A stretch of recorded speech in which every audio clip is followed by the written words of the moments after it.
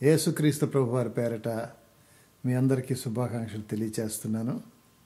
దేవుడు నా పక్షాన చేసిన అద్భుతమైన కార్యాన్ని మీ అందరితో పంచుకోవడం నాకు చాలా సంతోషం. నా పేరు ఇప్పుడైతే ఎలీషా, మా ఇంటి పేరు సామవేదం. మేము శ్రీకాకుళం అని ఆంధ్రప్రదేశ్లో ఉత్తరాన ఉండేటువంటి ఒక భాగం అది. ఆ జిల్లా ఒరిస్సాకి ఆంధ్రప్రదేశ్కి బార్డర్ అన్నమాట. అక్కడ మా సొంతూరు, అదే మా సొంతూరు. అక్కడ నేను పుట్టి పెరిగాను. మా తండ్రి గారు బ్రాహ్మణ కులం నుంచి వచ్చారు. ఆయన పేరు శివరామమూర్తి. మా తాతగారి పేరు సాంబశివరావే. మరి అద్భుతంగా ప్రభు ఇప్పుడైతే ఆయన ప్రత్యక్షత మాకు ఇచ్చాడు. చాలా కాలం, అంటే ఇంచుమించుగా నా వయసు 18 ఏళ్ళు వచ్చేంత వరకు కూడా నాకు ప్రభు అంటే తెలియదు. యేసు ప్రభువుని మేము ఇష్టపడేవాళ్ళం కాము. క్రైస్తవులన్నా క్రీస్తన్నా అదొక విధమైనటువంటి కోపం, ద్వేషం కూడా ఉండేవి. ఎంచేతంటే ఏ కారణం చేతనో మొత్తానికి నా బుర్రలో ఒక అభిప్రాయం నిలిచిపోయింది. ఏంటంటే క్రైస్తవులు అనేవాళ్ళు చాలా చెడ్డవాళ్ళు. ఎందుకు వాళ్ళు చెడ్డవాళ్ళు అంటే వాళ్ళ దేవుడు చెడ్డవాడు కాబట్టి వాళ్ళు చెడ్డవాళ్ళే. వాళ్ళు ఎవ్వరు కూడా ఒక నీతి నియమాల్లో ఉండరు, మోరల్ వాల్యూస్ వాళ్ళకు ఉండవు అనే అభిప్రాయం ఉండేది. దీంతోపాటు క్రీస్తుని గురించి ఎవరైనా చెప్పబోతే మాకు చాలామంది దేవుళ్ళు ఉన్నారు, కొన్ని వందలు, వేలు, లక్షల దేవుళ్ళు మాకుంటుండగా ఈ విదేశీ దేవుడు, ఫారిన్ దేవుడు మాకెందుకు అనే అభిప్రాయంతో అసలు ప్రభు అంటే అస్సలు ఇష్టపడే వాళ్ళం కాదు. ఏదన్నా అవకాశం వస్తే కనుక క్రైస్తవులు అనే వాళ్ళందరినీ కూడా కొంచెం ఆట పట్టించడం, తోలనాడడం, కొన్నిసార్లు వాళ్ళతో అనవసరమైనటువంటి వ్యాఖ్యలు చేసి వాదనలు పెట్టుకొని వాళ్ళని ఎలాగోలాగ ఓడించేసేయాలి అనేటువంటి తపంలో చాలా ప్రయత్నాలు చేయడం, కొన్నిసార్లు వాళ్ళని చాలా చిన్నచూపు చూస్తూ దూషించినటువంటి సందర్భాలు చాలా ఉన్నాయి. అలాంటి పరిస్థితుల్లో మేము పెరిగినటువంటి వాళ్ళం. నేను కాలేజీ చదువుతున్నాను. కాలేజీకి ఎంటర్ కాకముందు కొద్ది మాసాల క్రితం అకస్మాత్తుగా మా ఫాదరు ఆంధ్రప్రదేశ్ కోఆపరేటివ్ బ్యాంకులో పనిచేసేవారు. హార్ట్ అటాక్ వచ్చి చనిపోయారు. అకాల మరణమనే చెప్పాలి. నాకు 2 చెల్లెళ్ళు, ఒక అక్క. అక్కేమో అప్పటికి పెళ్ళై వెళ్ళిపోయింది. ఇక చెల్లెళ్ళు ఉన్నారు. మా అమ్మ గవర్నమెంట్ గర్ల్స్ హై స్కూల్లో టీచర్గా పనిచేసేవారు, క్రాఫ్ట్ టీచర్గా పనిచేసేవారు. అయితే మరి సడన్గా చనిపోయేటప్పటికి అది 1969 సంవత్సరం జనవరి నెల, సంక్రాంతి పండుగ రోజు. ఆ రోజు చనిపోతే మరి కారణాలు ఇంకా చాలా ఉన్నాయి. మా వాళ్ళందరూ భలే అదృష్టవంతుడురా మీ నాన్న, అక్కడ స్వర్గద్వారాలు తెరిచి ఉండగా చచ్చిపోయాడు అని కూడా చెప్పేవారు. అప్పుడు అవన్నీ నాకేమి పెద్దగా అర్థం కాలేదు, రుచించలేదు. ఏదైతే మొత్తానికి తండ్రి లేరు. ఇలా కొన్నాళ్ళు జరిగేటప్పటికి మా అమ్మకి అనుకోకుండా ఈ బోధకాలు అనే ఒక వ్యాధి సోకింది. బోధకాలను ఇంగ్లీష్లో అయితే ఎలిఫెంటైటిస్ అని అంటారు. అంటే ఏనుగు కాళ్ళలాగా కాలు వాచిపోయిందనమాట. అది దోమల ద్వారా వస్తుందంటారు. కారణాలకి చాలా ఉండొచ్చు. మొత్తానికి ఆ కాలు భయంకరంగా వాచిపోయి, అంటే బోధకాలు అయిపోయి చాలా ఇబ్బంది పడింది. వాచినప్పుడు అది ఒక క్రమ పద్ధతిలో వాయదు. ఆ ఎత్తు పొలాలు అసలు కాలు చూడడానికే అసలు ఇష్టంగా ఉండదు, యావగింపుగా ఉంటుంది. అలాంటి పరిస్థితి అన్నమాట. దాంతోపాటు విపరీతమైన దురద, ఎంత గోకినా తీరదు ఆ దురద. అలాగే బాధపడేది చాలా రోజులు. మరి ఎన్ని ప్రయత్నాలు చేసినా మాకు తెలిసినంత మట్టుకు ఎన్ని రకాలుగా వైద్యం చేయించినా కానీ దానికి ఏమీ ఉపశమనం కలగలేదు. చివరికి ఆ రోజుల్లో, అంటే ఇప్పుడు నేను ఏ సంగతి చెప్తున్నానంటే సుమారుగా 40 ఏళ్ళ సంగతి చెప్తున్నాను. 40 ఏళ్ల క్రితం సంగతి అనమాట. ఆ రోజుల్లో కార్పొరేట్ హాస్పిటల్స్ ఏమీ లేవు, మా ఊర్లో అసలు లేవు. అక్కడికి 100 కిలోమీటర్ల దూరంలో విశాఖపట్నం ఉంది. కింగ్ జార్జ్ హాస్పిటల్ అని ఒక హాస్పిటల్ ఉంది అక్కడ. అది చాలా ఫేమస్, ఇప్పుడు కూడా మంచి హాస్పిటల్ అనే పేరుంది దానికి. అక్కడికి తీసుకెళ్తే వాళ్ళు ఏమన్నారంటే దీనికి పర్మనెంట్గా క్యూర్ అంటూ ఏమీ లేదు, వ్యాధి పూర్తిగా పోవడానికి అవకాశాలు ఏం లేవు. ఇబ్బంది కొంచెం తగ్గడం కోసం ఏం చేస్తామంటే దోసకాయ తొక్క చెక్కేసినట్లుగా ఈ కాలును పైన ఉండేటువంటి వాపంతటిని చెక్కేస్తాం, సాధ్యమైనంత వరకు చెక్కుతాం. కానీ ఆ చెక్కిన తర్వాత సెప్టిక్ కాదు అని మేము చెప్పలేం. మరి లైఫ్ రిస్క్ కూడా 50% ఉంది. అంచేత మీకు ఇష్టమై పేపర్లు సంతకం పెడితే మేము చేస్తామన్నారు. అప్పటికి అమ్మకుండా భయపడింది, మేము కూడా భయపడ్డాం. ఎందుకంటే మాకు అప్పటికి మా నాన్నగారు చనిపోయిన తర్వాత మా బంధువులు కొంచెం దూరంగా వెళ్ళడం జరిగింది. మాకు ఇక మా అమ్మ తప్ప వేరే ఎవరు ఎర్న్ చేసేవాళ్ళు కూడా, సంపాదించేవాళ్ళు కూడా ఇంట్లో లేరు. దానివల్ల మళ్ళీ అమ్మకి ఏమైనా అయితే చాలా ఇబ్బంది పడిపోతుందని చెప్పి మేము బాధపడ్డాము. అంచేత ఇక ఆ ప్రయత్నాన్ని విరమించుకున్నాం. ఇక అన్ని రకాల పూజలు చేయడం మొదలుపెట్టాం. ఎందుకంటే మాకు ఇలదైవం, కులదైవం అంటారు కదా, మాకు వెంకటరమణమూర్తి ఇలదైవము, కులదైవం అంటారు. బెజవాడ కనకదుర్గమ్మ ఇలవేల్పు. దీంతోపాటు మాకు నాగేశ్వరుడు అంటే నాగులకు సంబంధించినటువంటి ఆ పూజలు ఎక్కువ చేసేవాళ్ళం మేము. అందువల్ల వీళ్ళన్నిటికీ ఇక వ్రతాలని ఎన్నో రకాలుగా ఉపవాసాలు కూడా ఉండి మా అమ్మ మరి దీనికి పూజలు చేయడము, వ్రతాలు చేయడము, నోములు నోచుకోవడం, ఇలాంటివన్నీ చాలా చేసింది. ఎలాగన్నా సరే వ్యాధి తగ్గాలి అని. మరి మేము పిల్లలను కూడా అలాగనే చేసేవాళ్ళం. కానీ ఎన్ని ప్రయత్నాలు చేసినా ఎక్కడ ఎవరు మా గోడు విన్నవారు ఒక్కరు లేరు. మేము తరతరాల నుంచి ఇంతమంది దేవుళ్ళను దేవతలను పూజిస్తుంటే ఎవరూ పలకరేంటా అని అనుకున్నాము. కొంత మట్టుకు ఏముందిలే, ఆ దేవుళ్ళు అంతసేపు పైలోకానికి సంబంధించిన వాళ్ళు, కానీ ఈ శరీర సంబంధంగా వాళ్ళు ఏం చేస్తారులే అని అనుకుని కూడా కొన్నిసార్లు సరిపెట్టుకునేవాళ్ళం. కొంతమంది చెప్పారు ఆ ముస్లిం దర్గాలకు వెళ్తే కనుక బాగైపోతుంది అన్నారు. కొంతమంది మంత్రగాళ్ళ దగ్గరికి వెళ్తే మంత్రాలు వేస్తారు, సూది మంత్రాలు ఉంటాయి, అంచేత ఆ సూది మంత్రాలు వేస్తారు, అలా తగ్గుతుంది అన్నారు. ఇక ఎవరెవరు ఏమేమి చెబితే అవన్నీ కూడా ఎలాగైనా వ్యాధి తగ్గాలి, సివియారిటీ రోజు రోజుకి పెరిగిపోతుంది, అమ్మకు కష్టమైపోతుంది. మా ఇల్లు మా అమ్మ పనిచేసే స్కూల్కి ఇంచుమించు 2 మైళ్ళు, అంటే 3 కిలోమీటర్ల పైన దూరం. అంచేత అతను ఏం చేయవలసి వచ్చేది, ఆర్థిక పరిస్థితిని బట్టి స్కూల్కి వెళ్ళేటప్పుడు మార్నింగ్ టైంలో స్కూల్కి వెళ్ళేటప్పుడు రిక్షా మీద వెళ్ళేది, వచ్చేటప్పుడేమో నడుచుకుంటూ వచ్చేది చాలా నెమ్మదిగా. ఎందుకంటే అంత దూరం ఆ బోధకాలు అంతలావు కాలేసుకొని నడవడం కొంచెం కష్టం కదా, అలా చేసిందనమాట. సో ఎన్ని ప్రయత్నాలు చేసాం, ఇక ఎక్కడ ఉపయోగం మాకు దొరకలేదు. అలాంటి సమయంలో మరి మా అమ్మ స్కూల్లో పనిచేస్తుంది టీచర్గా, తనకు కొలీగ్గా ఒక క్రిస్టియన్ టీచర్ వచ్చింది. ఆమె కూడా మరి ఒకప్పుడు మా అమ్మ దగ్గర స్టూడెంట్. అంచేత మా అమ్మ దగ్గర కొంచెం చనువు ఎక్కువ, దగ్గరగా ఉండి మాట్లాడే టీచర్ అన్నమాట ఆవిడ. ఆమె మా అమ్మ దగ్గరికి వచ్చి, టీచర్ గారండి మరి ఇన్ని ప్రయత్నాలు చేశారు కదా, మీకు ఎక్కడ ఏమీ మేలు జరగలేదు కదా, ఒక్కసారి చర్చిలోకి వెళ్ళి చూద్దాం రండి అని అనగానే అమ్మకు చాలా కోపం వచ్చేసింది. ఏమనుకుంటున్నావు, మా కులం ఏంటి, మా మతం ఏంటి, మేము బ్రాహ్మణమై ఉండి ఈ చర్చిలకు వెళ్తామా, అక్కడికి వచ్చి ప్రార్థన చేయించుకుంటామా, నువ్వు అది తప్ప ఇంకేమన్నా చెప్పు, దాని ఊసెత్తితే మర్యాద దక్కదని కొంచెం తను హెచ్చరించి వదిలేసింది. కొద్ది రోజులు ఆమె కూడా మళ్ళీ దాని గురించి ఏం మాట్లాడలేదు. రాను రాను మరి సివియారిటీ పెరిగిపోతుంది, ఏం చేయాలో తోచట్లేదు. మాకు బాధగా ఉంది, తనకు బాధగా ఉంది. ఇక బాధ భరించలేక, అంటే మరి కొన్నిసార్లు మాకు తర్వాత తెలిసిన విషయాలు ఏంటంటే, ఆ బాధ భరించలేక 1-2 సార్లు మరి సూసైడ్ కూడా చేసుకోవాలని ప్రయత్నం చేసి చివరికి పిల్లలు గుర్తొచ్చి, 2 చెల్లెళ్ళు ఉన్నారని చెప్పాను కదా, మరి అంచేత వాళ్ళ ముఖాలు గుర్తొచ్చేటప్పటికి ఇక ఆత్మహత్య చేసుకుందాం అనేటువంటి ప్రయత్నాన్ని విరమించేసింది. అలా బాధతోనే ఉండేది. ఇక చివరికి చెప్పగా ఆ టీచర్ చెప్పినటువంటి మాటలు కొన్నాళ్ళకి పనిచేసాయి. సరే మరి అన్ని ప్రయత్నాలు చేసాం కదా, అన్ని దేవుళ్ళకి మొక్కుకున్నాం, అన్ని కార్యక్రమాలు జరిగాయి, ఫలితం ఎక్కడ రావట్లేదు. సరే ఈ యేసు ప్రభువుని కూడా ఒకసారి చూద్దాం, మరి ఆ బైబిల్లో రాసి ఉందన్నారు కదా, మరి దాని ప్రకారం ఏమైనా జరుగుతుందేమో అనే ఉద్దేశం మీద చర్చికి వెళ్ళడానికి నిర్ణయించుకుంది. అది అదృష్టవశాత్తు ఏంటంటే ఇప్పటికి కూడా చర్చ్ అక్కడే ఉంది, స్కూల్ కూడా అక్కడే ఉంది.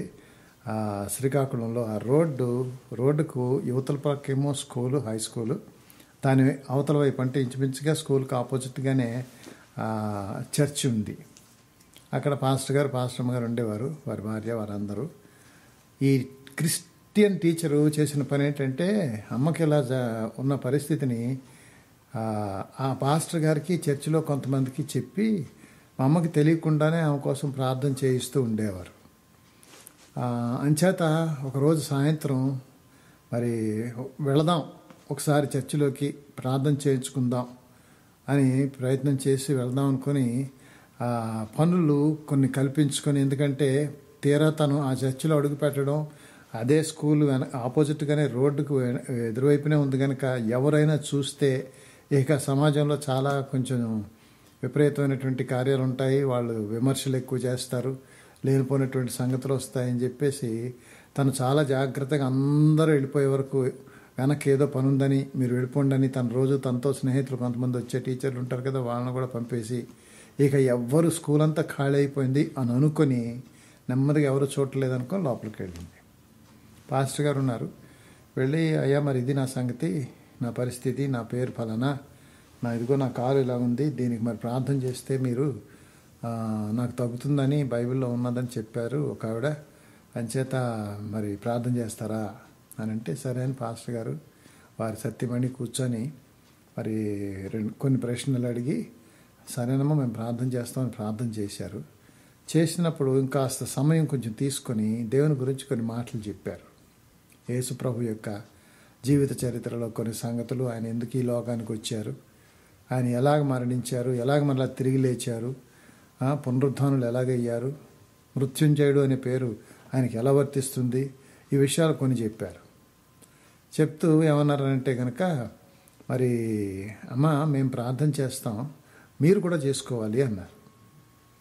అంటే మరి మాకు మా శ్లోకాలు అవన్నీ వేరే ఉంటాయండి, ఈ ప్రార్థనలు మాకు రావు, మేము మా పూజలు చేసుకునేటువంటి శ్లోకాలు ఈ కాలం అవన్నీ చేస్తాం, కానీ మరి ఇది రాదు కదా, నాకు తెలియదు అని అంటే ఆయన ఏమన్నారంటే, మీరు ఇంటికి వెళ్ళిన తర్వాత మరి నేను ఇప్పుడు ఇంతసేపు మీరు చెప్పిన మాటలు నేను ఎలా విన్నానో అలాగే మీ ఎదురుగుండా ఒక వ్యక్తి కూర్చున్నారు అనుకోండి, ఆయనే యేసుప్రభుని అనుకోండి, ఒక వ్యక్తి యేసుప్రభు కుర్చీలో కూర్చున్నారు అనుకోండి, అనుకొని ఇప్పుడు నాకు చెప్పిన బాధ అంతా కూడా ఆయన దగ్గర చెప్పండి.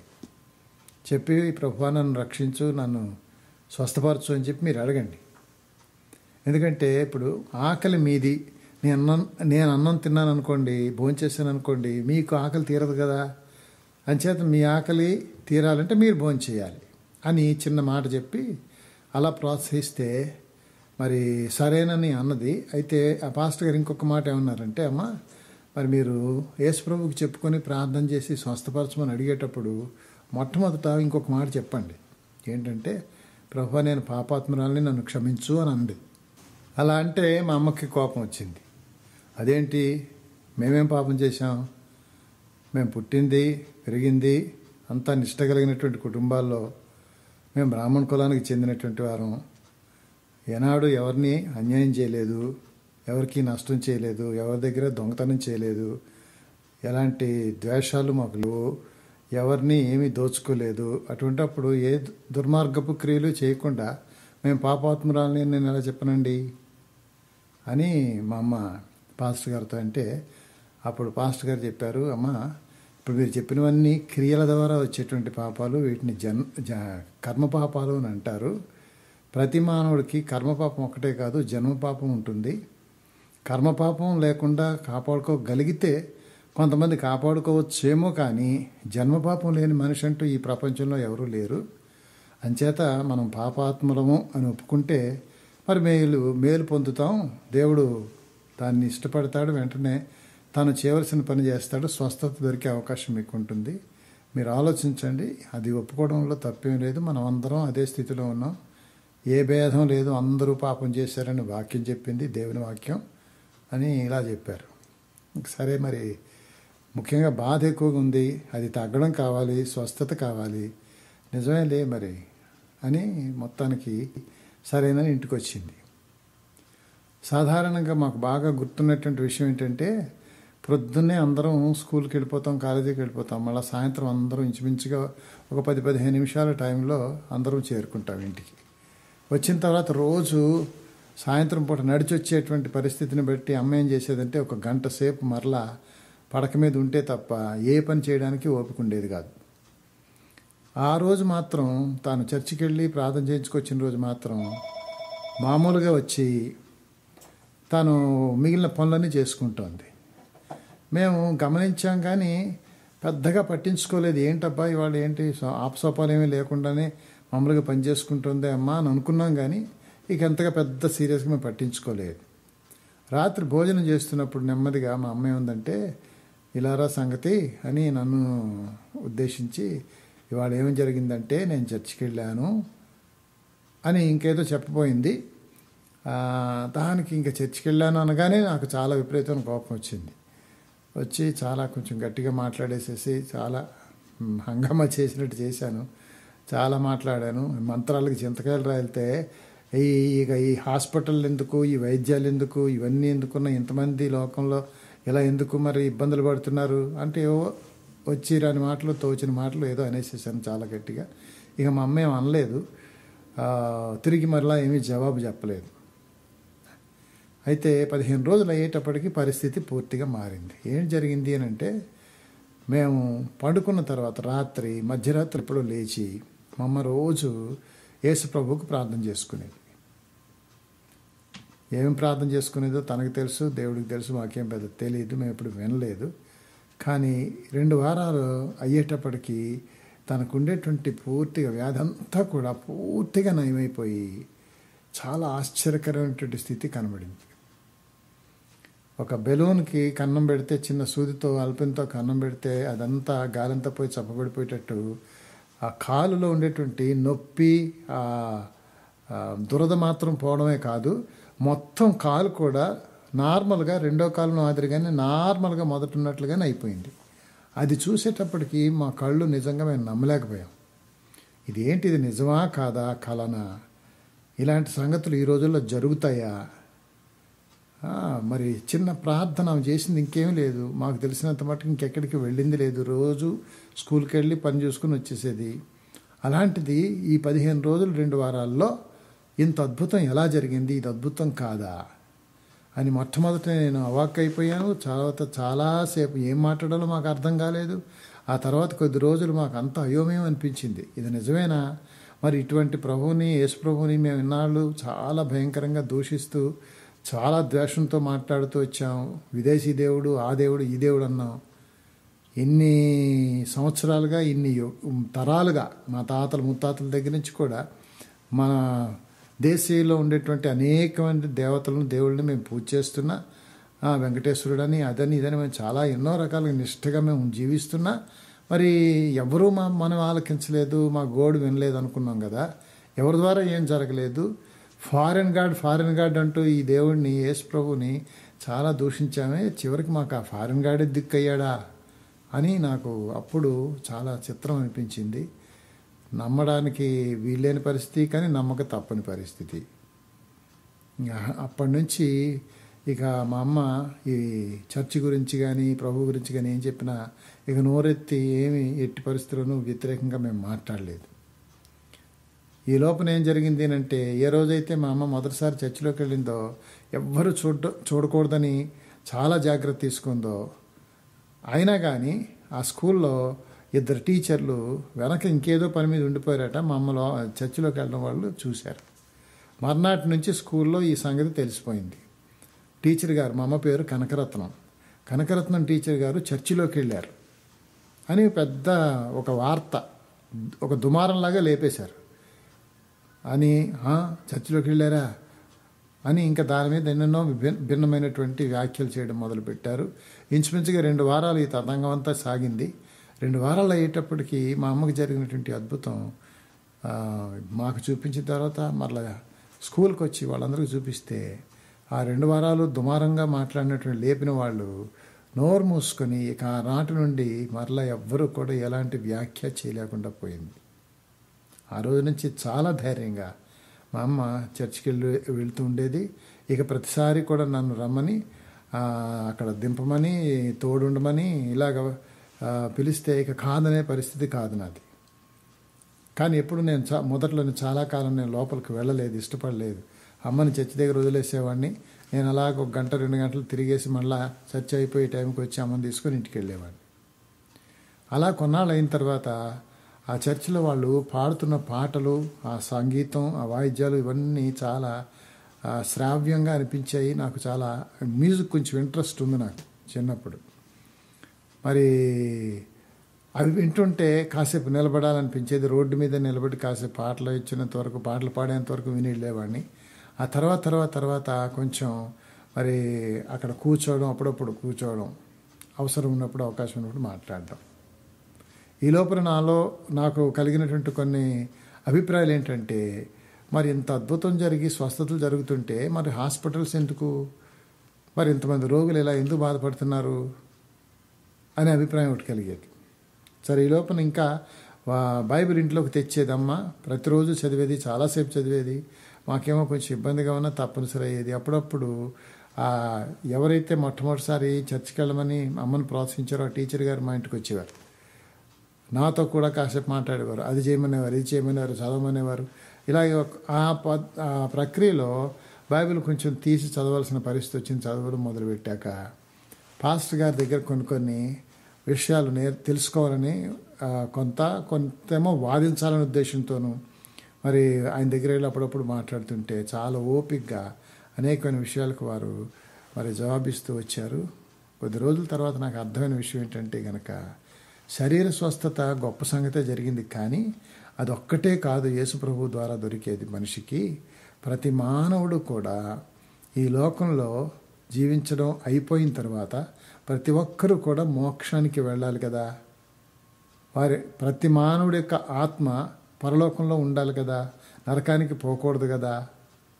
అలాంటి ఆత్మరక్షణ అనగా మోక్షానికి ఏ మోక్షం కొరకైతే మొత్తం మనం అందరం ఎదురు చూస్తున్నామో ఆ మోక్షాన్ని ఇచ్చినటువంటి వారు యేసుప్రభు ఒక్కరే అని దాని గురించి చెప్పడం ప్రారంభించి, దానికి ఉండేటువంటి సత్యాలన్నీ ఒకదాని వెంట ఒకటి నాకున్న అనుమానాలు తొలగిస్తూ ఆ సంగతులన్నీ కూడా వారు బయటపడడం మొదలెట్టారు.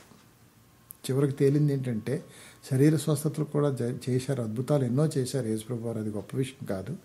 అన్నిటికంటే ముఖ్యమైన విషయం, ప్రతి మానవుడు రానున్న లోకాన్ని గురించి ఆలోచన చేస్తున్నప్పుడు ప్రతి ఒక్కరికి, ముఖ్యంగా మన భారతీయులకు బాగా తెలుసును ఏంటంటే, స్వర్గం నరకం ఉంటాయని. పుణ్యం చేసుకుంటే స్వర్గానికి పోతారు, పాపం చేసుకుంటే నరకానికి పోతారు. అంచేత ఆ నరకాన్ని తప్పించుకొని స్వర్గంలోనికి, దాన్ని బైబిల్ ప్రకారంగా ఏమన్నారంటే పరలోకం అన్నారు, దేవుడు ఉండేటువంటి స్థలము అన్నారు. ఆ మోక్షంలోనికి వెళ్ళడానికి ఒకే ఒక్క మార్గం ఏంటంటే, మనిషికి అంటుకున్న పాపాలన్నీ కూడా ప్రక్షాళన కావాలి. పాపం నుండి మనిషి విడుదల పొందాలి. అది జరిగితేనే పరలోకానికి వెళ్ళేటువంటి అవకాశం కలుగుతుంది. అవును, కరెక్టే, అది ఆ సత్యం ఒప్పుకోవాల్సిందే అని తర్వాత నాకు ఆలోచన చేయగా అవన్నీ కరెక్ట్ అనిపించాయి. తర్వాత మరి ఎవరు చేశారా పని, ఎలా జరిగింది అని అంటే, యేసుక్రీస్తు ప్రభు ఒక్కరే పాపరహితునిగా ఈ లోకంలో జన్మించి తన సొంత ప్రాణాన్ని మన కోసం, అంటే మానవాళి కోసం, అందరి కోసం, మానవ కోటి కోసం ఆయన త్యాగం చేసేసి సిలువలో మరణం పొందారు అన్నటువంటి సత్యం, అది ఒక విధమైనటువంటి గగురుపాటును మొట్టమొదటిగా నాకు కలిగించింది. ఆ తర్వాత ఆలోచిస్తున్న కొలది దీంట్లో చాలా సత్యం ఉందన్న సంగతి నాకు అర్థమైంది. అలా రాను ఆ బైబిల్లో ఉండేటువంటి సంగతులన్నీ ఒకదాని వెంట ఒకటి మరి వారు చూపించినప్పుడు నేను చదివిన తర్వాత యేసుప్రభువును ప్రార్థన చేస్తూ అడుగుతుంటుంటే ఉన్న డౌట్స్ అన్నీ దేవుడు క్లియర్ చేశాడు. మనసులో నెమ్మది, ప్రశాంతత కలిగింది. చివరికి మోక్షప్రదాత ఈ ప్రపంచం అంతట్లో యేసుప్రభు ఒక్కరే అన్న సంగతి నాకు అర్థమైంది. ఆనాటి నుంచి బైబిల్ పట్టుకొని ఇక చర్చికి వెళ్ళడం ప్రారంభించాను. ఆ తర్వాత నేను మా అమ్మ ఇద్దరం కలిసి బాప్తిసం తీసుకున్నాము. ఆ తర్వాత ఇక ఆ చర్చిలో ఉండేటువంటి కార్యక్రమాలు, ప్రజల కొరకు, సమాజం కొరకు పాస్టర్ గారు కానీ ఆ సంస్థ వారు కానీ చేస్తున్న కార్యాలు ఇవన్నీ చూస్తే చాలా ఆకర్షితున్నయ్యాను. ఆ టైంలో డిగ్రీ అయిపోయిన తర్వాత ఇక ఉద్యోగం చేసి, నాకు చెల్లెళ్ళు ఇద్దరున్నారు, వాళ్ళ గురించి మరి పట్టించుకోవాలి, వారి పెళ్ళిళ్ళు కావాలి. మేము ఎప్పుడైతే ప్రభువుని నమ్ముకోవడం మొదలుపెట్టామో, చర్చికి వెళ్ళడం మొదలెట్టామో, మా బంధువర్గం కానీ, స్నేహితులు కానీ, మా అమ్మ స్నేహితులు, మా కొలీగ్స్, నా స్నేహితులు, ఇంకా మాకు తెలిసిన అందరూ, మా వీధిలో వాళ్ళు, మా ఇరుగు పొరుగు వాళ్ళు, వీళ్ళందరూ ఏం పని చేశారు మీరు, వాళ్ళలో కలిసిపోయారా, వీళ్ళలో కలిసిపోయారా అని వాళ్ళ కులాల పేర్లు ఎత్తి, మీరు వాళ్ళలో కలిసిపోతే మరి మాతో ఎలా ఉంటారు, తీరా ఇంత పని చేశారు, మీ పిల్లలు మీకు మీ చెల్లెళ్ళకి పెళ్ళిళ్ళు ఎలా అవుతాయి, మీ పిల్లలకి పెళ్ళిళ్ళు ఎలా అవుతాయని మా అమ్మని నన్ను పట్టుకొని మీ చెల్లెళ్ళకి పెళ్ళిళ్ళు ఎట్లా చేస్తావురా అని ఇలాగ చాలా రకరకాలైన వ్యాఖ్యలు చేసుకుంటూ వచ్చారు. అప్పుడు మరి ఏం చెప్పాలో జవాబు మాకు అది పెద్దగా నేను పట్టించుకోలేదు, తోచలేదు. ఇక ప్రభుని నమ్ముకున్నాం, దేవుడు ఏదో చేస్తాడులే అనే అభిప్రాయంతో ముందుకు వచ్చాము. అలాగ వ్యాఖ్యానించినటువంటి వారిలో కొంతమంది పెళ్ళిళ్ళు ఇంకా కాలేదు. నాకు మా చెల్లెళ్ళకి పెళ్ళిళ్ళు అయ్యాయి, పిల్లల కన్నా ఇప్పుడు నాకైతే మనవలు కూడా ఉన్నారు.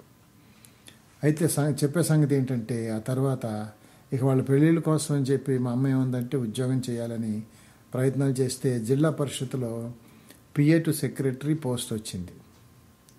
నేను వెళ్ళను అని మా అమ్మ వెళ్ళు అని పట్టుకున్నాను. ఎందుకంటే నాకెందుకో ఆ సమయానికి మరి దేవుని మీద విపరీతమైనటువంటి విశ్వాసం కలిగింది, నమ్మకం కలిగి ఎట్టి పరిస్థితుల్లో నేను సెంట్రల్ గవర్నమెంట్ కానీ స్టేట్ గవర్నమెంట్ కానీ ఈ ప్రభుత్వ ఆఫీసుల్లో కానీ లేకపోతే ప్రైవేట్ ఆఫీసుల్లో కానీ నేను ఎవరి దగ్గర మనుషుల దగ్గర పనిచేయను, దేవునితోనే ఉంటాను, దేవుని దగ్గరే పనిచేస్తాను అనే ఒక నిర్ణయం అమాయకంగానో లేకపోతే విధంగానో కలిగింది. దానికి నేను కట్టుబడిపోయాను. అంచేత ఆ ఉద్యోగాన్ని వదిలేసుకున్నాను. ఇక ప్రభు పనులన్నీ కొనసాగుతూ వచ్చాను. ఈ మిషనరీ సంస్థ ఒకటి ఉంటే ఆ సంస్థలో పనిచేయడం ప్రారంభించాను. చిన్నగా ప్రారంభించి తర్వాత నేషనల్ సెక్రటరీ లెవెల్ వరకు చేశాను. మేము 1989లో సంపూర్ణ సువార్త సేవ ప్రారంభించక ముందు ఒక 5 సంవత్సరాలకు ముందే హైదరాబాద్ రావడం జరిగింది. హైదరాబాద్ వెళ్ళడానికి దేవుడే ప్రేరేపణ ఇచ్చాడు. నాకు హైదరాబాద్ ఇష్టం లేదు, కానీ దేవుడు నడిపించాడు, వచ్చాం. హైదరాబాద్లో కొత్తగా ప్రారంభించాను 84లో. ఆ తర్వాత అప్పుడు వచ్చేటప్పుడు మరి నా భార్య కూడా ఉద్యోగం రిజైన్ చేయవలసిన పరిస్థితి వచ్చింది. తను B.Ed టీచర్గా పనిచేసేది గవర్నమెంట్ స్కూల్లో. మరి 7 సంవత్సరాలు పైన సర్వీస్ పుట్టప్ చేసిన తర్వాత అది వదులుకొని ఇక దేవుని కొరకు బ్రతకడం విషయంలో గట్టి నిర్ణయం తీసుకోవాల్సిన పరిస్థితి వచ్చింది. దేవుడు ఆ ధైర్యం ఇచ్చారు. అంచేత తను కూడా రిజైన్ చేసేసి ఇద్దరం దేవుని సేవ కోసం వచ్చేసాం. దేవుడు ఏనాడు మమ్మల్ని విడిచిపెట్టలేదు. ప్రభు ఏనాడు మమ్మల్ని పస్తులుండే పరిస్థితిలోనికి నెట్టలేదు. దేవుడు మమ్మల్ని దీవిస్తూ వచ్చాడు, బలపరుస్తూ వచ్చాడు. అలాగని మరి దేవుని మహిమపరచడానికి, దేవుని కొరకు ఉపయోగపడడానికి ఎన్నో కార్యాలు జరిగించారు. మొట్టమొదట ఒక సంఘాన్ని స్థాపించాం, తర్వాత ఇంకొక బ్రాంచ్ చర్చి. ఈనాడు ఒక మెయిన్ చర్చితో సహా 5 బ్రాంచ్ చర్చెస్ ఉన్నాయి. ఆ మెయిన్ చర్చిలో సుమారుగా 500 మంది పైగా విశ్వాసులు మరి దేవుని ఆరాధిస్తారు. అలాగే 100-150 మంది మధ్యలో పిల్లలు ఉంటారు. ఇది కాక 5 చిన్న బ్రాంచులు ఉన్నాయి.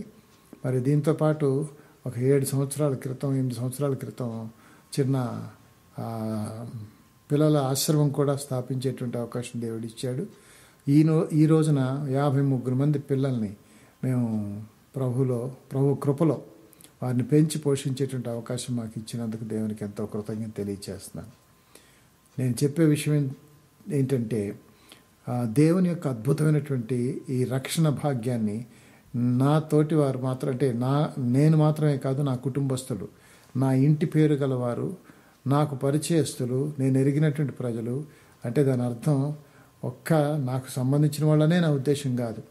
నేను నివసిస్తున్నటువంటి నా రాష్ట్రము, నా పట్టణము, నా రాష్ట్రము, నా దేశ ప్రజలందరూ కూడా ఈ సత్యాన్ని గ్రహించడానికి ముందుకు రావాలనేది నా కోరిక. ఇంత సత్యాన్ని కొన్ని అవాంతరాల వల్ల, ఆటంకాల వల్ల, సామాజికంగా ఉండేటువంటి కొన్ని ఇబ్బందుల వల్ల చాలామంది తెలిసినా అంగీకరించడానికి ఇష్టపడడం లేదు. అలాంటి పరిస్థితిలో నుంచి ప్రతి ఒక్కరూ తప్పించబడి ప్రతి మానవుడు పాపము నుండి విడిపించబడాలి. ఆ విడిపించేటువంటి శక్తి యేసు ప్రభువుకు మాత్రమే ఉన్నది అన్న సత్యాన్ని మనం గ్రహించి, ఆయన ఒక్కరే మన కోసం ప్రాణత్యాగం చేశారు, రక్తాలు చిందించారు. ఆయన కార్చినటువంటి రక్తము మామూలు మనుషుల రక్తం కాదు. ప్రపంచంలో ఉండేటువంటి ప్రతి ఒక్కరూ కూడా పాప సహితులు. యేసుక్రీస్తు ఒక్కరే పాపరహితులు. అంచేత పాపరహితుడైన ప్రభువు కార్చిన రక్తం ద్వారా ఆ పరలోకానికి వెళ్ళేటువంటి మార్గం సుగమైపోయింది. యేసు ప్రభు తన సొంత మాటలతో చెప్పిన విషయం ఏంటంటే, నేనే మార్గమును, నేనే సత్యమును, నేనే జీవమును. అంచేత ఆయనే పరలోకానికి మార్గం లేక మోక్షానికి నిచ్చెన అని చెప్పొచ్చు. అంచేత ఆయన్ని స్వీకరించి మరి ప్రతి ఒక్కరూ వారు వ్యక్తిగతంగా వారి కుటుంబాలు, సమాజం అంతా కూడా దేవుడు నిర్ణయించిన, దేవుడు ఏర్పరిచిన ప్రణాళిక చొప్పున ఆయన రాజ్యంలో, అంటే మోక్ష రాజ్యంలో స్థిరంగా పాలు పొందేటువంటి అవకాశాన్ని సద్వినియోగం చేసుకోవాలని నేను మరోసారి అందరికీ తెలియచేయాలని ఈ అవకాశాన్ని ఉపయోగించుకుంటున్నాను. మరి ప్రభుతో ఉండేటువంటి ఆ జీవితము మరి అద్భుతమైనటువంటి జీవితం. తర్వాత అక్కడ మనం ఏదో ఒక ఈ జీవాత్మ ఆ పరమాత్మలో కలిసిపోతుందనేటువంటి ఆ మాటలు కాక ప్రతి ఒక్కరము కూడా వ్యక్తిగతంగా మన ఇండివిడ్యువాలిటీ వ్యక్తిత్వం కాపాడబడి అక్కడ ఒకరినొకరు చూసుకొని ఎవరి మట్టుకు వారు జీవించేటువంటి అవకాశాలు దేవుడు పుష్కలంగా కల్పించాడన్న సంగతిని ఈ అవకాశం ఉపయోగించుకుంటూ మీ ముందుకు తీసుకొస్తున్నాను. ఆలోచించండి. దేవుని యొక్క శక్తిగల ఆ వాక్యాలను స్వీకరించి బైబిల్ చదివితే అద్భుతమైన సంగతులు దాంట్లో మనకు ప్రత్యక్షం అవుతాయి. దాన్ని చదివి దానిలో ఉండేటువంటి సత్యాలు గ్రహించి మీ హృదయంలో దేవుడు కార్యం చేస్తే గనక తప్పనిసరిగా ప్రభు మార్గంలోకి మీరు వెళ్ళాలని మనవి చేస్తున్నాను. ప్రభువును స్వీకరించడం మతం మార్చుకోవడం కాదు అన్న సత్యాన్ని నేను తెలియజేసుకుంటున్నాను. మన మనస్సులు మారాలి, మన గతులు మారాలి. మనం ప్రభుతో అనగా దేవునితో నిత్యము జీవించేటువంటి అవకాశాన్ని సద్వినియోగం చేసుకోవాలి. ప్రభు మిమ్మల్ని దీవించును గాక. God bless you. దేవుని మహాకృపను బట్టి మేము ఈ సంఘాన్ని ప్రారంభించి పరిచయం మొదలెట్టిన తర్వాత ఈ 500 మంది సభ్యుల్లో ఎంతోమంది ఎన్నో రకాలైనటువంటి అలవాట్లకు భయంకరమైనటువంటి అలవాట్లకు గురైపోయిన వారు, రకరకాలైనటువంటి పరిస్థితులకు లోనైన వారందరూ కూడా సత్యాన్ని తెలుసుకొని వారికి ఉండేటువంటి దురలవాట్లన్నింటిలో నుంచి బయటకు వచ్చి ఈ రోజున సమాజంలో తలెత్తుకొని మంచి మనుషులుగా వారి కుటుంబాలు వర్ధిల్లేటువంటి అవకాశం దేవుడిచ్చాడు. ఇంచుమించుగా 200 కుటుంబాలు. ఆ 200 కుటుంబాల్లో ఇంచుమించు 150 కుటుంబాల వరకు ఎన్నో రకాలైనటువంటి విపరీత పరిస్థితులను ఎదుర్కొన్న వారందరూ బాగుపడి దేవుని మహింపరుస్తున్నారు. అలాంటి అవకాశం ప్రతి ఒక్కరూ స్వీకరించాలని మనవి చేస్తున్నాను. దేవుడు మిమ్మల్ని తప్పనిసరిగా దీవించగలుగుతాడు. ప్రభు గురించి ఇంకా ఏమన్నా తెలుసుకోవాలన్న కోరిక మీకు ఉంటే కనుక ఒకవేళ నాకు తెలిసినంత వరకు మీకు చెప్తాను.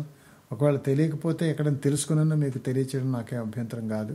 ప్రభువుని గురించి ఇంకేమైనా తెలుసుకోవాలని ఆశ ఉంటే కనుక మరి నా నంబరు రాసుకోండి. 9441228483 944122843. నా పేరు సామవేదం ఎలీషా. సామవేదం మా ఇంటి పేరు. నా పాత పేరు మా తాతగారి పేరే పెట్టారు. వెంకట కృష్ణ సూర్య సాంబశివరావు అని మొదట్లో పెట్టారు. కానీ ప్రభువుని నమ్ముకున్న తర్వాత ఎలీషా అని ప్రవచనాత్మకంగా దేవుడిచ్చిన పేరు నేను స్వీకరించాను. ఇప్పుడు నన్ను అందరూ సామవేదం ఎలీషా అని పిలుస్తారు. God bless you.